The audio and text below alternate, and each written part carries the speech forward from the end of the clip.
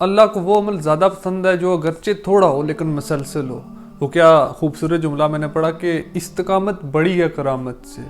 ایک شخص ہے جو آپ کو ہوا میں اڑتا ہوا دکھا رہا ہے، ایک شخص آپ کو پانی پہ چل کے دکھا رہا ہے، تو اس میں کون سی بڑی بات ہے؟ ہوا میں تو پرندے بھی اڑتے ہیں، پانی میں تو مچھلیاں بھی تیرتی ہیں۔ کرامت تو یہ ہے کہ آپ کو ایک چیز پہ استقامت ملی ہے، آپ تسلسل کے ساتھ اس کام کو کر رہے ہیں۔ ایک شخص تھا، وہ ایک بزرگ کے پاس جا کے رہا، کافی سال وہ ان کے ساتھ رہا۔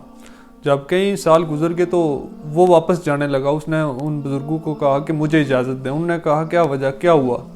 اس نے کہا کہ میں نے تو سنا تھا کہ آپ بہت بڑے پیر ہیں، لیکن میں نے آج تک آپ کی کوئی کرامت نہیں دیکھی۔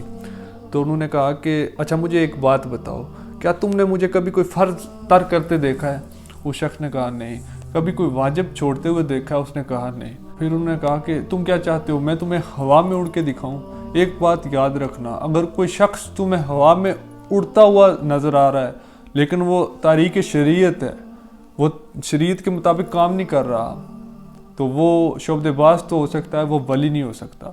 ولایت کی ہرگز یہ نشانی نہیں ہوتی کہ ایک شخص ہوا میں اڑتا ہوا نظر آ رہا ہے یا پانی پہ چلتا ہوا دکھا رہا ہے۔ ولایت تو یہ ہے کہ انسان کو استقامت ملی ہوئی ہے کسی کام پہ اور وہ مسلسل اس کام کو کر رہا ہے۔ ہمیں بھی چاہیے کہ ہم اپنی زندگیوں میں تسلسل لائیں، اپنی پریارٹیز میں ایک تسلسل لائیں اور اس ترتیب کے ساتھ ان کاموں کو کرتے رہیں مسلسل کئی سالوں تک۔ اس دنیاوی لحاظ سے اس بات کو لیں تو اگر آپ کسی منزل کو حاصل کرنا چاہتے ہیں، ہمارا مسئلہ یہ ہوتا ہے کہ ہم کسی کام کو کرتے ہیں، ہم چاہتے ہیں کہ کیونکہ ہم جدید دور میں زندہ ہیں جہاں ہر چیز بہت فاسٹ ہے، ہم چاہتے ہیں کہ ہمارے کام بھی فاسٹ ہو جائیں۔ ہم اگر کوئی محنت کر رہے ہیں یا کسی کام میں اسٹرگل کر رہے ہیں تو اس کا نتیجہ ہمیں بہت جلدی مل جائے، کچھ دنوں میں، کچھ مہینوں میں یا ایک سال میں مل جائے۔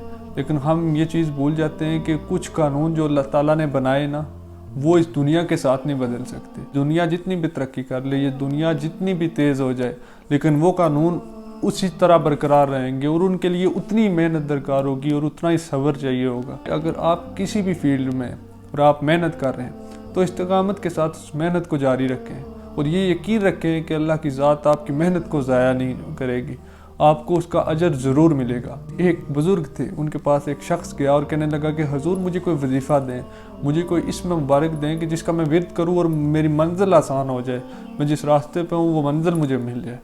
تو انہوں نے کہا کہ پڑھو الف۔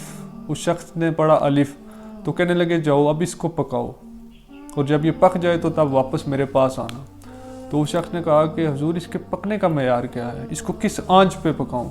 تو انہوں نے کہا نہیں، بس اس کا ورد کرتے رہو، اٹھتے بیٹھتے چلتے پھرتے ہر وقت اس کا ورد کرتے رہو اور پڑھتے رہو الف الف۔ اور تمہارے گھر کے پاس جو ندی ہے اس میں پاؤں رکھ کر دیکھنا، اگر تمہارا پاؤں اس ندی میں ڈوبنے لگے تو سمجھنا ابھی تمہارا الف پکا نہیں ہے، لیکن اگر تمہارا پاؤں اس پانی کے اوپر رہے تو اس دن سمجھ جانا کہ تمہارا الف پک گیا ہے۔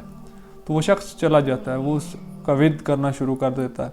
کئی سال گزر جاتے ہیں، وہ جب پانی میں جا کے پاؤں رکھتا ہے تو اس کا پاؤں ڈوبنے لگتا ہے، پھر دوبارہ وہ ورد شروع کرتا ہے۔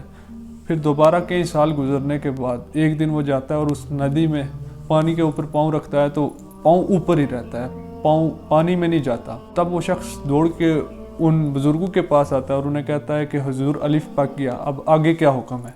تو وہ مسکرائے اور انہوں نے کہا کہ اب آگے تمہیں کسی چیز کی ضرورت ہے؟ تو اس شخص نے کہا کہ نہیں، میں راز سمجھ گیا ہوں۔ آپ بھی اس راز کو سمجھیں کہ اپنی زندگیوں میں تسلسل لائیں اور استقامت لائیں۔ کوئی بھی کام کر رہے ہیں اس میں استقامت لائیں، آپ ضرور کامیاب ہوں گے۔